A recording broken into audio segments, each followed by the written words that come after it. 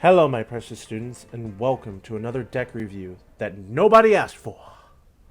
This week, Mimikyu's deck theme was small but mighty. For those of you that are new to the channel, allow me to explain. Every Friday on Twitch, starting at 6 p.m. Central Standard Time, Dark Magician Purple student Mimikyu gives myself and two others an archetype based on a theme for the week. These archetypes are decided by her, but are given to us at random through a dice roll. We then build them into decks based primarily around that archetype on stream. Then we play against each other, and whatever deck I made, I do a deck review on. This time, I was tasked with building a deck around Dustons.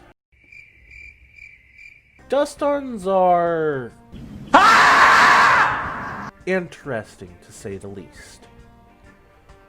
Unfortunately, it is also a deck that I can't see myself bringing to a locals ever in my lifetime. Allow me to go into the deck list real fast before we continue on. So, straight up, we have our early normal monster, two white Duston. Then we have a playset of Stygian Security, which is kind of essential for how this deck plays. But not the main one that you need. Two yellow Duston, two blue Dustons, and then a playset of House Duston, which you need to have on the board in order to get your Swarm and plays going. Two green Duston, two red Duston, triple effect Veiler, two Star Duston with the deck's main boss monster, one for one, playset of Creature Swap, and since you're not really needing to use the extra deck too terribly often, a playset of Pot of Extravagance. And then, because there's so many level 1s, a playset of Where Art Thou?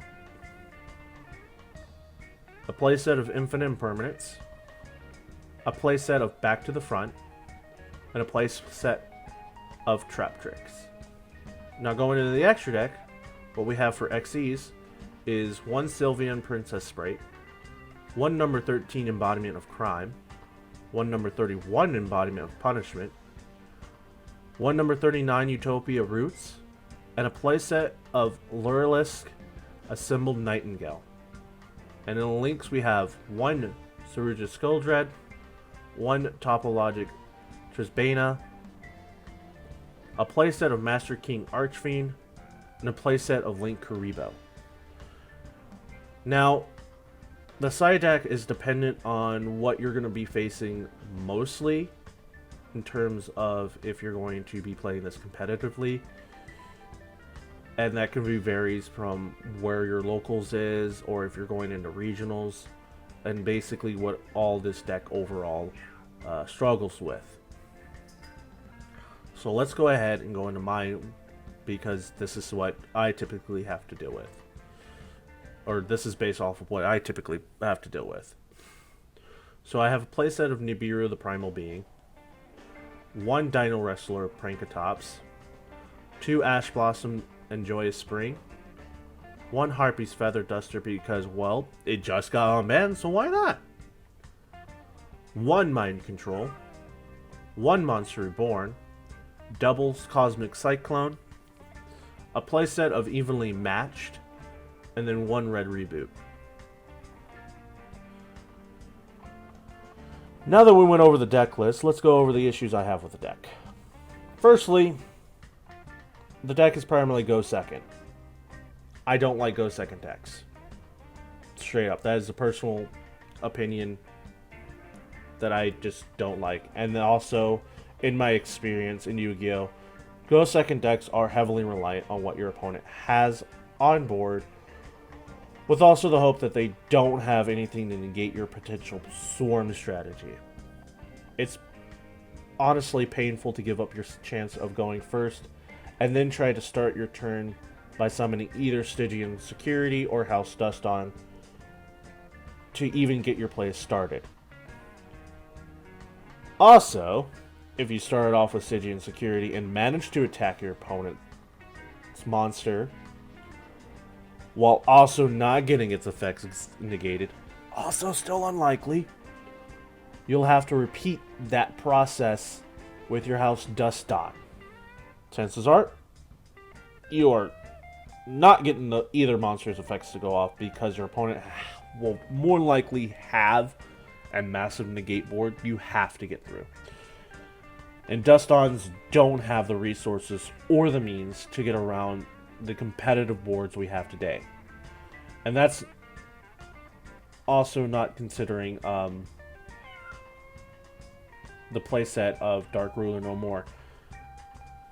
And yet at the same time considering it. Oxymoron, I know.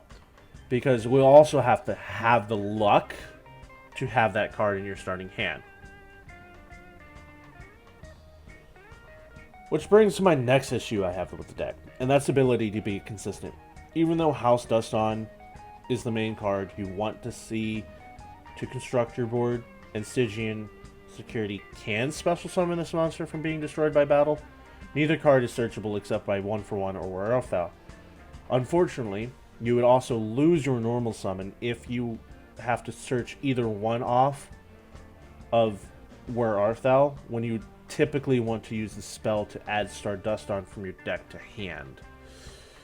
So that's a bit of a waste right there.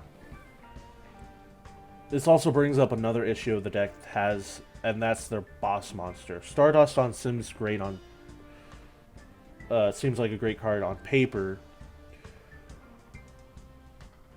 with its ability to prevent your opponent from making plays.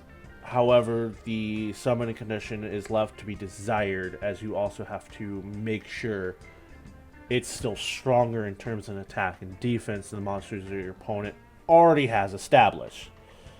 This makes the card only half as strong as it could be, considering that it'll require to get as many Dustons as possible off of your house Duston, assuming your opponent didn't use up too many of their own zones for you to place your own Dustons on their side of the field as well.